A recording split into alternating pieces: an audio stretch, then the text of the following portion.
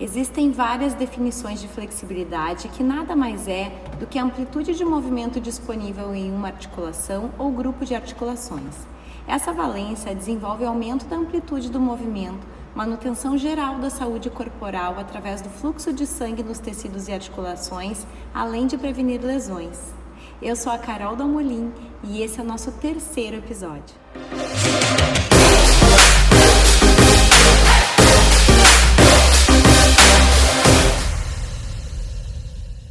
Bom, o trabalho de flexibilidade na tua aula de dança jazz vai depender, na verdade, do teu estilo de dança jazz, né? Tem estilos que usam bastante de técnica, né? Que exigem bastante da amplitude articular, que com certeza vão precisar trabalhar de uma maneira mais efetiva a flexibilidade do que outros, né? E quais são esses estilos? Então, os estilos que têm herança do balé clássico e da dança moderna também, os que usam lançamentos de pernas e saltos, ou mesmo acrobacia, se tu é um professor que gosta de colocar alguma coisa mais acrobática nas tuas coreografias, este professor sim vai precisar fazer um trabalho mais efetivo, digamos assim, de flexibilidade, né?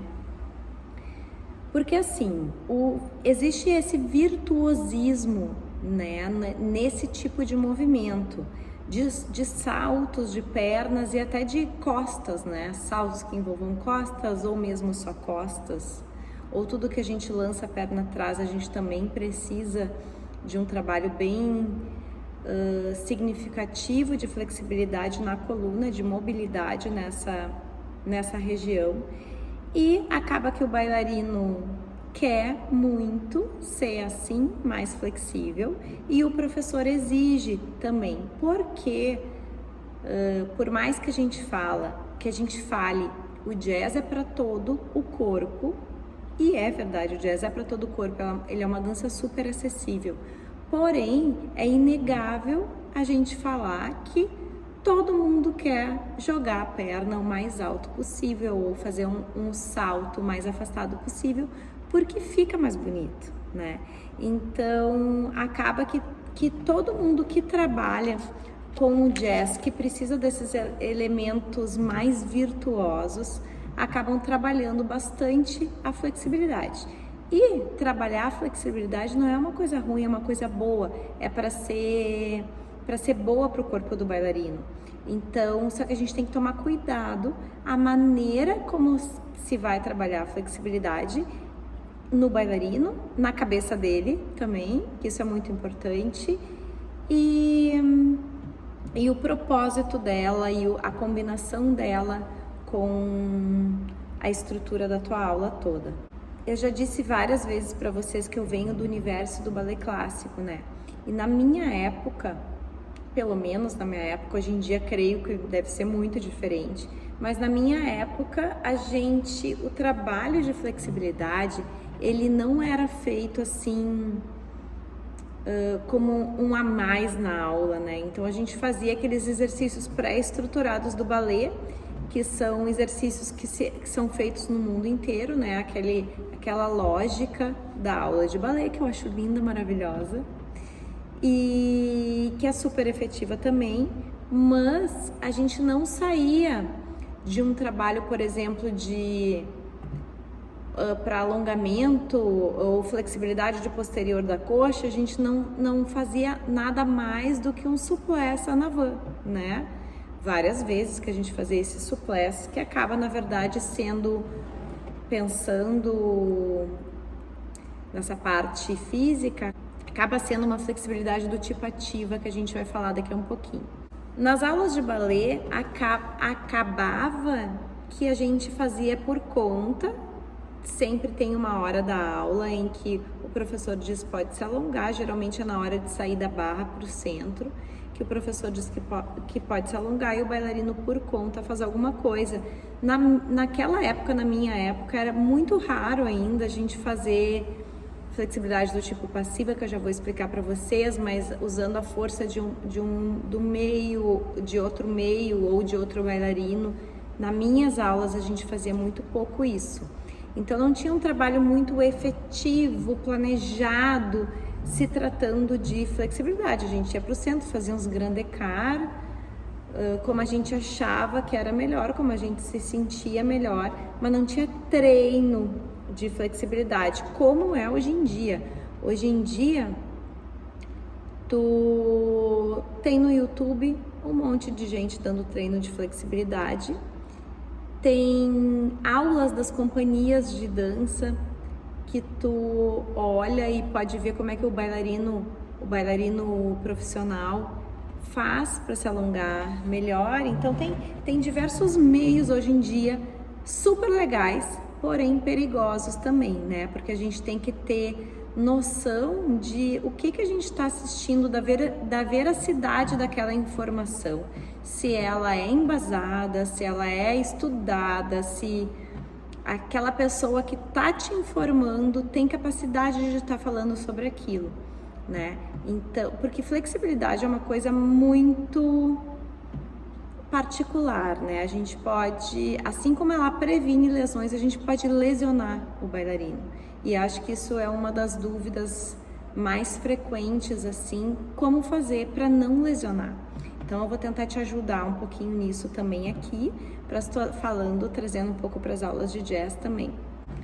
Bom, e aí o que aconteceu que eu só fazia balé e tinha pouco treino de flexibilidade nas minhas aulas. E aí eu fui para um festival de dança, foi em Passo Fundo, foi aqui no interior do Rio Grande do Sul. E esse festival tinha uma menina que dançava a Esmeralda. E essa Esmeralda, aquela variação de repertório que todo mundo conhece, ela batia no pandeiro a perna dela com a mão contrária. Então ela fazia isso com o pandeiro e batia o pandeiro ao contrário na mão, né? E eu achei aquilo surreal, fora do normal. Eu já me achava flexível, eu pensei, meu Deus, essa menina é excepcional. Hoje em dia a gente vê tanto isso, né? Mas naquela época eu não via esse tipo de coisa, eu não acompanhava as ginásticas, então aquela menina me marcou muito, e a companhia dela, o grupo dela, todo era meio extraterrestres para a época, né? E então eu comecei a prestar muita atenção, fiquei muito encantada com aquilo, comecei a prestar muita atenção no que eles faziam, né? Enquanto se aqueciam ali. Então, e eu vi que ela pegou a perna dela, botou num pilar, tinha um pilar no meio do ginásio, ela botou a perna no pilar e abraçou o pilar com a perna. E eu, meu Deus, que é isso, né? Chegamos em Porto Alegre, fui tentar fazer igual. E aí que eu me dei conta que eu até que conseguia. No primeiro dia não foi tanto, mas no segundo eu já quase abracei o pilar e aí eu já fui indo. Então eu comecei, depois daquele estímulo dessa menina, eu comecei a estimular muito a minha flexibilidade sozinha, né? Então eu chegava antes da aula, me aquecia, nem sabia muito me aquecer direito, hein? Mas tudo bem, me aquecia, puxava a perna aqui, puxava a perna ali e descobri que eu era geneticamente flexível, né? E que se eu me dedicasse para o meu treino de flexibilidade, eu faria muito mais do que eu fazia normalmente, e foi o que aconteceu, né? Então, como bailarina, eu comecei a testar em mim alguns exercícios que faziam efeito. Depois, como professora, continuei aplicando em mim e retornando para os meus alunos o que dava certo. E depois, na faculdade, o que aconteceu foi que eu aprendi tudo que influencia para te ter o grau de flexibilidade, a maneira correta de executar e o que fazer para uma musculatura X ser mais alongada. E o resultado foi que, enfim, eu fiquei muito mais flexível mesmo e crio para minhas aulas uns combos de flexibilidade dependendo de vários fatores.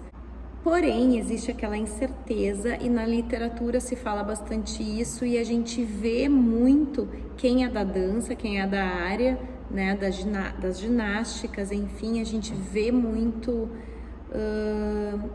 esse tipo de problema, que é o que é normal, ideal e saudável de aplicar, né, para o bailarino ser bastante flexível. Esse problema de aplicar um método de flexibilidade ou exercícios vem daquilo que a gente estava falando também, né, de ter muita informação por aí, muita informação na internet, ou como se eu fosse levar para minha época, se existisse isso e eu resolvesse falar mais na internet, sobre aqueles treinos que eu estava aplicando em mim sem um conhecimento técnico específico e corporal e tudo que envolve, né, o ser flexível, e resolvesse falar para vocês e dar dicas de como eu estava melhorando. Acho super válida a intenção, acho que existe muita coisa legal, mas que tem que se tomar cuidado com quem tu está aprendendo, né, para não te machucar, não machucar o teu aluno. Por isso, nós vamos falar aqui que existem vários fatores que influenciam na tua flexibilidade além do treinamento.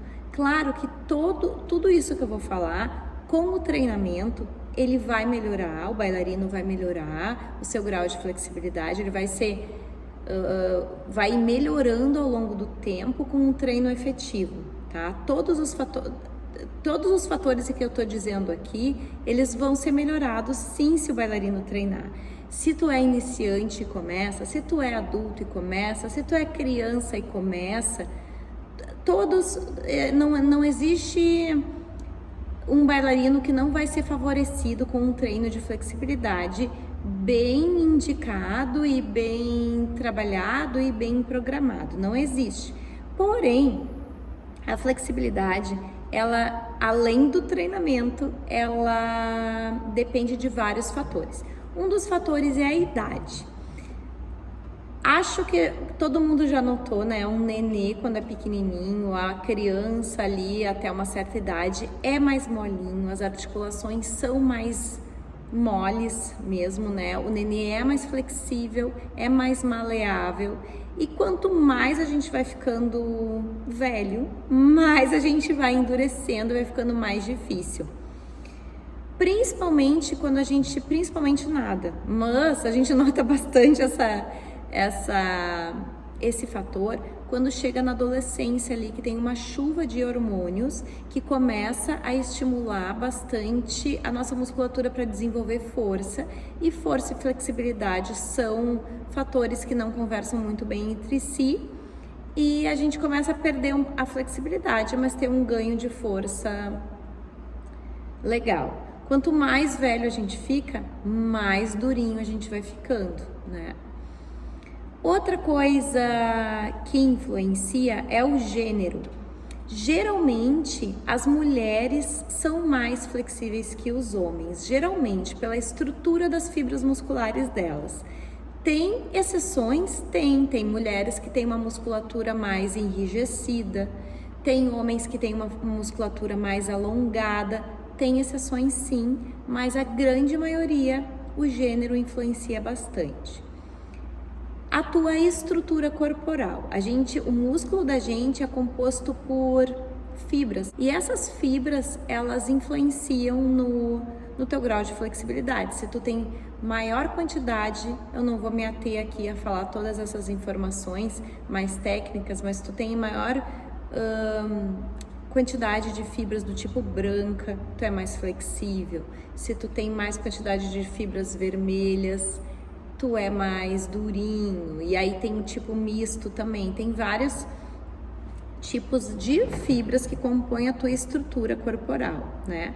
A genética, ela é um fator que influencia, até foi eu coloquei na minha caixinha de perguntas, e a maioria das pessoas me perguntou se flexibilidade é genético, e é um dos fatores que influencia também. mas não quer dizer que tu herdou a flexibilidade do teu pai, teu pai é flexível e tu vai ser também, não quer dizer isso. Tu pode não ter herdado dele a flexibilidade, mas se tu tiver pais ou a mãe ou o pai for bastante flexível, tu tende a ser. Eu fui descobrir que eu sou flexível de genética mesmo. A minha irmã é bem flexível, ela fazia dança, fazia balé, a vida toda faz, até hoje é minha aluna. E a minha mãe começou a dançar depois dos 60 e nem lembro quanto que ela começou a dançar, mas foi já comigo no meu estúdio. Não, mentira, foi antes. Então ela devia ter na casa dos 60 e poucos. E dando alongamento para ela, eu descobri que ela nunca tinha feito esse tipo de atividade e ela é muito flexível também. Então, essa facilidade que eu tenho muscular, de músculo flexível, com certeza também carrego de herança genética. Temperatura corporal e do ambiente. Então, às vezes, a gente tá mais frio, né? Já falei para vocês em outra ocasião que aqui no Rio Grande do Sul a gente tem um clima muito frio, então tem que tomar um certo cuidado aí para o aquecimento antes de começar nossas atividades com a dança, para o bailarino estar bem aquecido muscularmente para a gente poder chegar nessa parte da flexibilidade com tranquilidade, porque fazer um treino de flexibilidade com um bailarino frio é muito perigoso. Então, e a temperatura corporal mesmo, né? Tem dias que a gente tá meio... Eu mesma, que sou super flexível, e tá calor um dia, eu às vezes tô mais dura. Então, a gente tem que aprender a reconhecer isso, o bailarino reconhecer isso, a gente respeitar os limites dele sempre, ou reconhecer mesmo do bailarino, se ele te diz isso, se ele te expõe isso, pedir para ele com calma aquele dia, com paciência, a gente chega lá, né? Então tem dias melhores que outros, é que nem pirueta, tem dias que a gente tá no eixo, tem dia que a gente não tá. Mesma coisa com o grau de flexibilidade. Outra coisa bem importante é o estado de fadiga e de excitação. Vocês já notaram que quando a gente está em espetáculo, por exemplo, a gente fica num grau de excitação tão grande que se a gente esquece de aquecer, vai passar a coreografia na cabeça ou com um colega, a gente esquece de aquecer e mesmo assim a gente está mega flexível, a gente nunca viu aquilo antes, o que o corpo consegue fazer, a gente até estranha. Depois, no dia seguinte, a gente vai sentir toda a dor de não ter aquecido e ter jogado as pernas lá em cima, porque o grau de excitação faz a gente ficar mais flexível. Assim como a fadiga nos deixa mais durinho e a tensão muscular. Essa parte da tensão muscular é bem delicado de falar, porque o bailarino precisa, às vezes, tá tensionado num local e acaba tensionando o outro, e o teu desempenho na tua flexibilidade, no teu movimento articular não é tão bom, né? Porque a gente compensa num lugar e acaba influenciando no outro. E tensão mesmo, tensão até de cabeça, né? Então, quando a gente tá com algum problema ou alguma coisa nos preocupando muito, a gente acaba ficando mais duro, a gente fica mais travado, né? Os meus bailarinos aqui no estúdio, alguns deles optaram por usar aquelas rolinhos de liberação miofacial, e isso diz que tem ajudado bastante, né? Então, de soltar toda a musculatura, ajuda bastante também a aliviar a tensão. E essa parte de tensão muscular acaba que a gente fala de técnica também, né? De conseguir observar a técnica do bailarino. Porque, por exemplo, em aulas de balé e até de jazz mesmo, que a gente faz lançamento de perna, às vezes uma perna de base mal colocada ou uma musculatura ativada de uma maneira errada, acaba que trava a tua perna, que tu quer que ela seja lançada alto, né? Então, essa orientação para o bailarino dessa parte técnica da perna de base, que não é importante só a perna de cima, que está em cima, é importante também o trabalho de base, assim como nos saltos. O salto não foi tão efetivo porque eu sou muito duro. Não, de repente tu não está executando uma ação boa no teu plié, no teu movimento de impulso para o salto, né? Então aí a gente pode pensar em gerar exercícios que melhorem o bailarino nisso. E outra coisa que influencia o grau de flexibilidade é o tipo de aquecimento feito para musculatura. E aí vem um monte de perguntinha lá no Instagram, que foi assim: Carol, posso fazer exercício de flexibilidade sem aquecer? Eu diria que jamais, né? Isso aí é lesão na certa, não te digo lesão na certa, mas não é o ideal. Aquece a tua musculatura bastante antes, leva a tua musculatura a uma posição estática, não exigindo tanto, e depois, quando faz esses tipos de flexibilidade que eu vou te dizer a seguir, e depois aplica o treino de flexibilidade, né? Dá uma olhada lá no episódio 1 sobre os tipos de aquecimento, né? E aí aquece bem o teu bailarino para poder entrar nesse treino de flexibilidade, que para nós da dança jazz que trabalhamos com virtuosismo precisa, né? Fica mais bonito. Bom, os tipos de flexibilidade.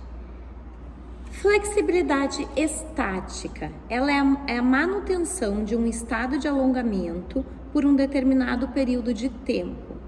A flexibilidade do tipo estática é aquela em que a gente fica numa posição e perdura naquela posição, alongando, sentindo a musculatura alongar por um determinado tempo, até sentir um pequeno desconforto com este alongamento. Vou dar uns exemplos para vocês. Como fazer flexibilidade estática, por exemplo, na musculatura posterior da coxa, que eu, por exemplo, nas minhas aulas uso demais. Então, eu fico de pé, com os joelhos estendidos, um pouco separados, um pouquinho mais que a linha do quadril, ou cada um no seu limite, quem consegue mais, quem consegue menos. Coloco as mãos no chão, com os joelhos estendidos. Vai alongar lá a musculatura posterior da coxa, certo? E fico nessa posição por uns segundos. Abraçar uma perna, nessa posição, abraçar a outra perna. Esse é um exemplo de flexibilidade estática para a posterior da coxa. Agora, na posição sentado, a gente senta igualmente para a posterior da coxa. Senta, une as pernas e tenta colocar a mão o mais perto possível do pé, ou deitar o tronco sobre as pernas, alongando o posterior da coxa. Mesma coisa, sentado, afasta as pernas, vai o tronco lá para frente, alonga a musculatura adutora e assim por diante. Flexibilidade ativa é o aumento de amplitude articular em movimento. Então, ele é parecido lá com o nosso aquecimento do tipo dinâmico, né? Exemplo, um exercício de lançamentos de perna em colchonete, lançamento de perna Grand-Battumus. A gente deita lá de ladinho, ou Grand-Battumus, ou pé na cabeça, não sei. Deita lá de ladinho no colchonete e joga a perna e desce, joga a perna e desce, joga a perna, desce, né? Até mesmo pequenas insistências musculares durante o alongamento. Então, a gente tá lá com a mão no chão, o bumbum para cima, as pernas afastadinhas e estendidas, o joelho estendido. E a gente dobra e estica o joelho para fazer a flexibilidade ativa para a posterior da coxa. Então, são movimentos balanceados que vão trabalhar nessa flexibilidade ativa. A flexibilidade passiva, por sua vez, ela é a maior amplitude que a articulação consegue alcançar com auxílio de algum tipo de intervenção externa. Então, quando tu faz com teu bailarino de barriga para cima, com caneleiras nos pés, a perna afastada e ele fica lá por um tempo. A caneleira é uma intervenção externa, então é um tipo de flexibilidade passiva. Quando a gente faz de duplas, eu tô morrendo de saudade de fazer esses exercícios em duplas com meus bailarinos, porque a gente parou de fazer por causa da pandemia, mas que um bailarino usa o seu peso para estimular o outro a ir mais. É bem eficiente esse tipo de flexibilidade passiva que todo mundo conhece, que é bem usada. Ou um bailarino se segura na barra e o outro bailarino empurra a perna dele ao lado. E tem diversas maneiras de tu fazer flexibilidade do tipo passiva, né? Só que é importantíssimo salientar que até neste que não é estático, que não é sozinho, até este que é com o colega ou com alguma força externa, a gente tem que sentir até um desconforto confortável.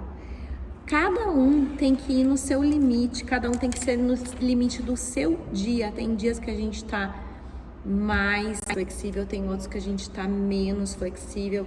A gente tem que fazer de uma maneira saudável. A gente respeita o limite. Eu sei que para te alcançar o grau ideal de flexibilidade, para tu ser muito flexível, de repente tu é um competidor de ginástica mundial. Então existe aquela coisa de chorar de dor, mas eu não tô falando para assim uma coisa para nossa realidade.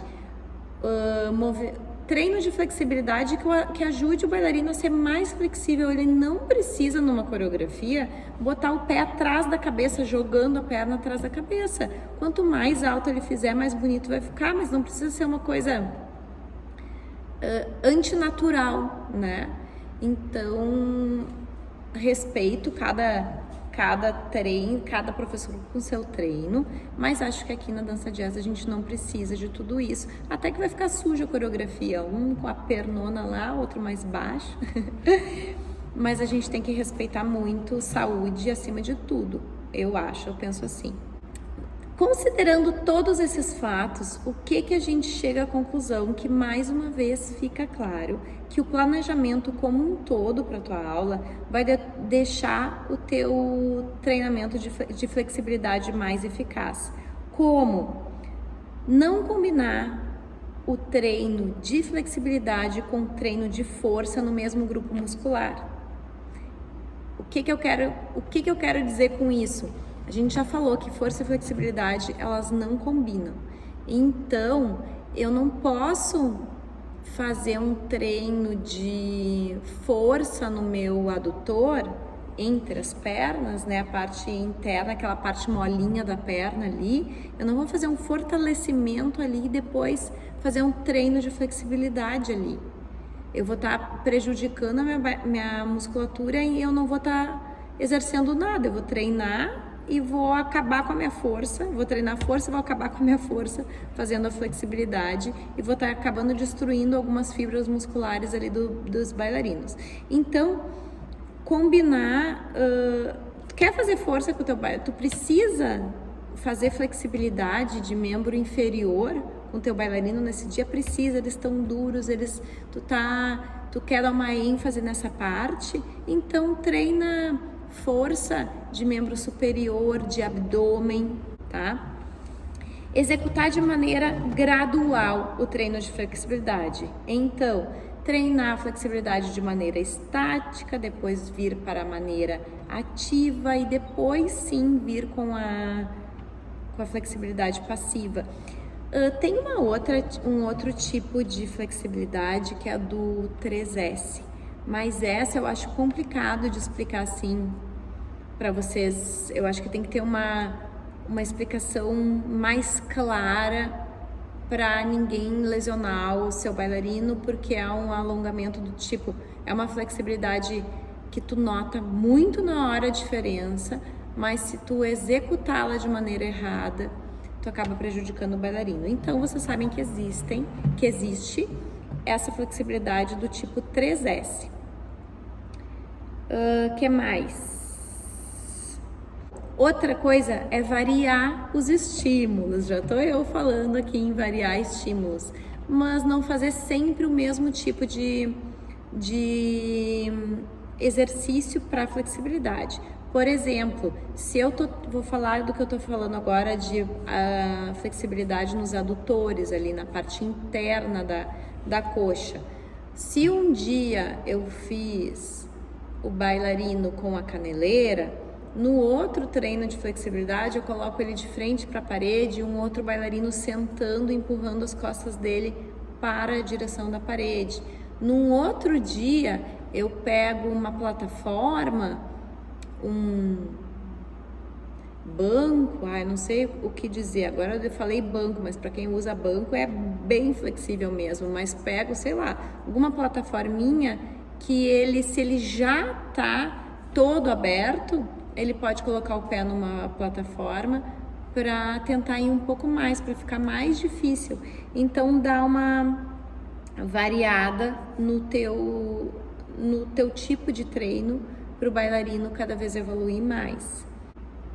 Então é possível se lesionar durante um treino de flexibilidade, é possível, é bem comum se tu não toma um certo cuidado, e a gente tem que aprender a dizer para o aluno que é normal ele não tá tão flexível num dia, ou é normal também ele demorar para ser flexível, ou dizer para ele de uma forma carinhosa que de repente ele não vai conseguir ter um grau do jeito que ele queria, por causa de algum fator, estrutura corporal dele vai ser impossível, ou história genética dele, não sei, ele pode melhorar o grau, mas de repente ele dance a vida toda dele, faça treino de flexibilidade a vida toda dele, mas ele não vai conseguir fazer como ele gostaria, né?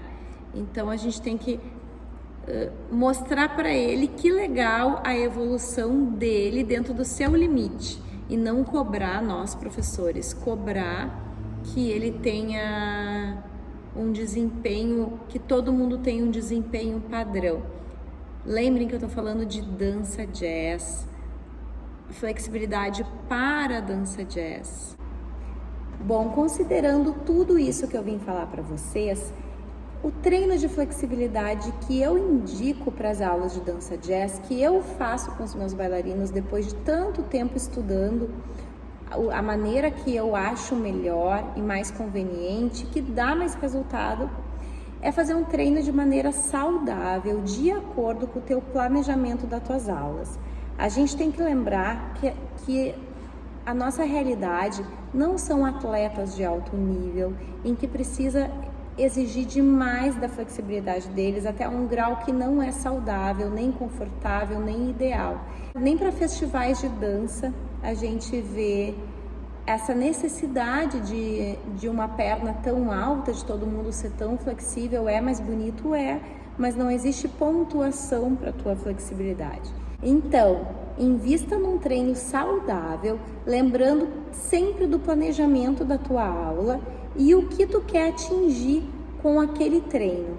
Aí, teus bailarinos vão ter ótimos resultados, com certeza.